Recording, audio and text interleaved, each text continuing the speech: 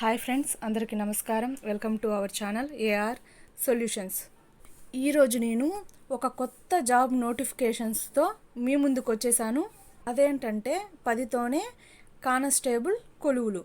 ఇక్కడ చూసుకున్నట్లయితే 2788 ఉద్యోగాలకు ప్రకటన విడుదల చేశారు. క్వాలిఫికేషన్ వచ్చి 10వ తరగతి ఐటీఐ విద్యార్హత. 10వ తరగతి ఐటీఐ పూర్తి చేసి కేంద్ర రక్షణ దళాల్లో పనిచేయాలని కోరుకునే వారి కోసం బీఎస్ఎఫ్ కానిస్టేబుల్ పోస్టులు భర్తీకి నోటిఫికేషన్ వెలువడింది. దీని ద్వారా మొత్తం 2788 ఉద్యోగాలు భర్తీ చేయనున్నారు. భారత ప్రభుత్వ హోం మంత్రిత్వ శాఖకు చెందిన border security force directorate general 2021-22 సంవత్సరానికి ఈ పోస్టులను భర్తీ చేయనుంది. పీఈటీ ట్రేడ్ టెస్టు రాత పరీక్షల ఆధారంగా అభ్యర్థులను ఎంపిక చేస్తారు. ఆసక్తి గల పురుష మహిళా అభ్యర్థులు మార్చి 1వ తేదీలోగా ఆన్లైన్ ద్వారా దరఖాస్తు చేయవచ్చు. బీఎస్ఎఫ్ గురించి క్లుప్తంగా చూద్దాం. బీఎస్ఎఫ్ అంటే border security force. Air, marine, artillery, regimental తదితర బెటాలియన్లు దీనిలో భాగంగా ఉన్నాయి. 192 బెటాలియన్లతో విస్తృత పరిధి కలిగిన ఈ సంస్థ దేశ సరిహద్దు భద్రతనే కాకుండా అవసరమైన ఇతర కార్యకలాపాల్లో కూడా పాలు పంచుకుంటుంది. అంటే ఈ బీఎస్ఎఫ్ గురించి ఇక్కడ వివరించారు. ఇక్కడ మొత్తం పోస్టుల సంఖ్య చూసుకున్నట్లయితే 2788. ఇందులో పురుషులకు 2651, మహిళలకు 137 పోస్టులు. పోస్టుల వివరాలకు వచ్చినట్లయితే కానిస్టేబుల్, ట్రేడ్మెన్, ట్రేడ్లు వారీగా ఖాళీలు: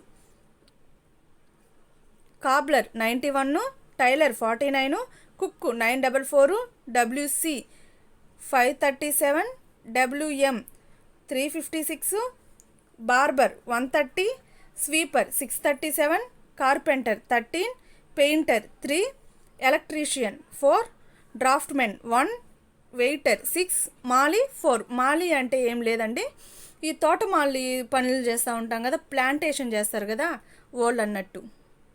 డబ్ల్యూసీ అంటే వాటర్ క్యారియరు, డబ్ల్యూఎం అంటే వాషర్మ్యాన్ అన్నట్టు.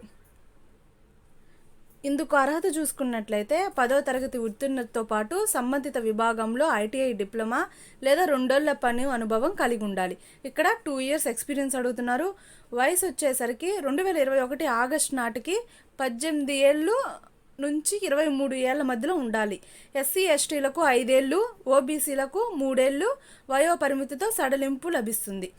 పీఈటీ 167 సెంటీమీటర్స్ ఎత్తు ఉండాలి. అలాగే ఎత్తుకు తగిన బరువు ఉండాలి. ఛాతీ 78 నుంచి 83 సెంటీమీటర్లు ఉండాలి.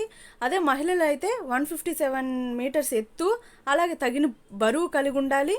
వేతనాలు వచ్చి లెవెల్ 3 ఉద్యోగులకు 21,700 నుంచి 69,100 వేతనంగా అందుతుంది. అలాగే ప్రభుత్వ నిబంధనలకు అనుగుణంగా ఇతర అలవెన్సులు సైతం లభిస్తాయి.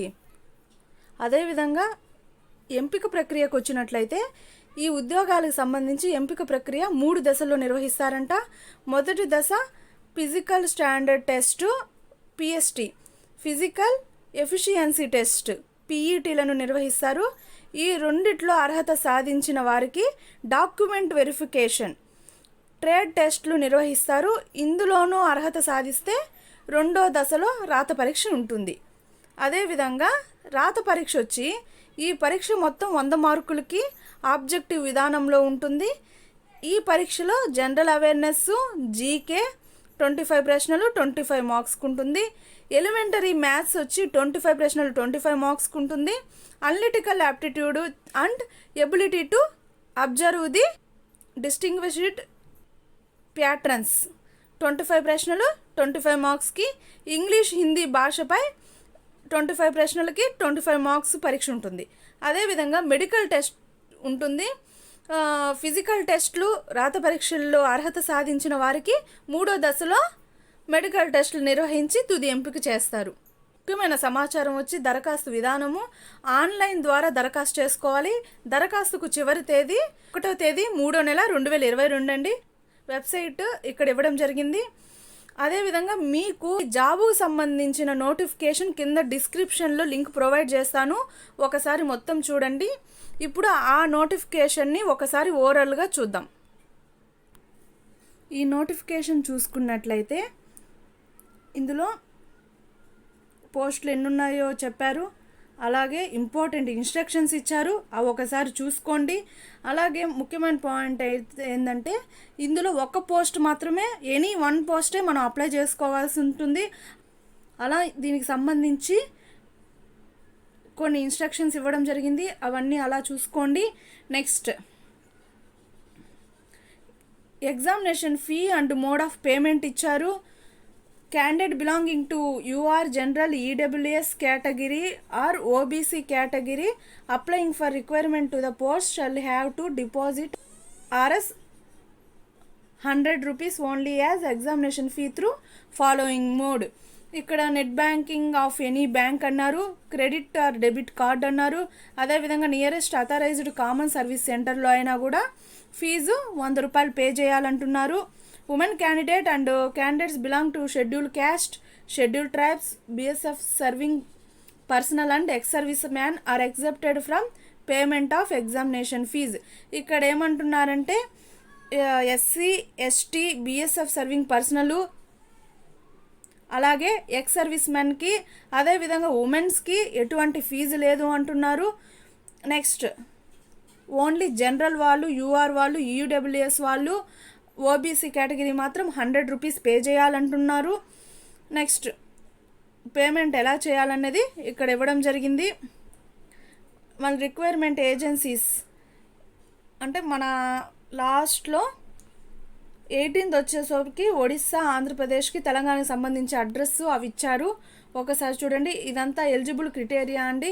ఇంతకుముందు మీకు చెప్పా కదా, ఎడ్యుకేషన్ క్వాలిఫికేషను, ఏజు, అలాగే ఏజ్ రిలాక్సేషన్ అవన్నీ ఉన్నాయి. ఫిజికల్ స్టాండర్డ్, మేల్ ఎంత హైట్ ఉండాలి, ఫిమేల్ ఎంత హైట్ ఉండాలి, వాళ్ళకి సంబంధించిన వెయిట్ గురించి కూడా ఇక్కడ ఇవ్వడం జరిగింది. అదేవిధంగా మెడికల్ టెస్టు అవన్నీ ఉంటాయని ఇంతవరకు ఎక్స్ప్లెయిన్ చేసుకోవడం జరిగింది. జాబ్స్ ఉన్నాయి, వాటి వర్క్స్ ఇవ్వడం జరిగింది. Next, marks, examination marks, syllabus అవన్నీ ఇంతవరకు ఎక్స్ప్లెయిన్ చేయడం జరిగింది. మెడికల్ టెస్ట్ అవన్నీ ఇక్కడ ఇవ్వడం జరిగింది.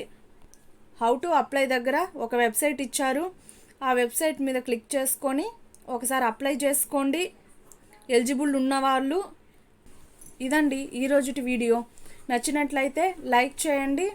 ఆ వీడియో ఎవరికైనా అవసరం అనుకుంటే షేర్ చేయండి. అప్లై చేయాలి అన్నది మీకు వీడియో రూపంలో కావాలంటే కామెంట్ చేయండి. Thank you for watching.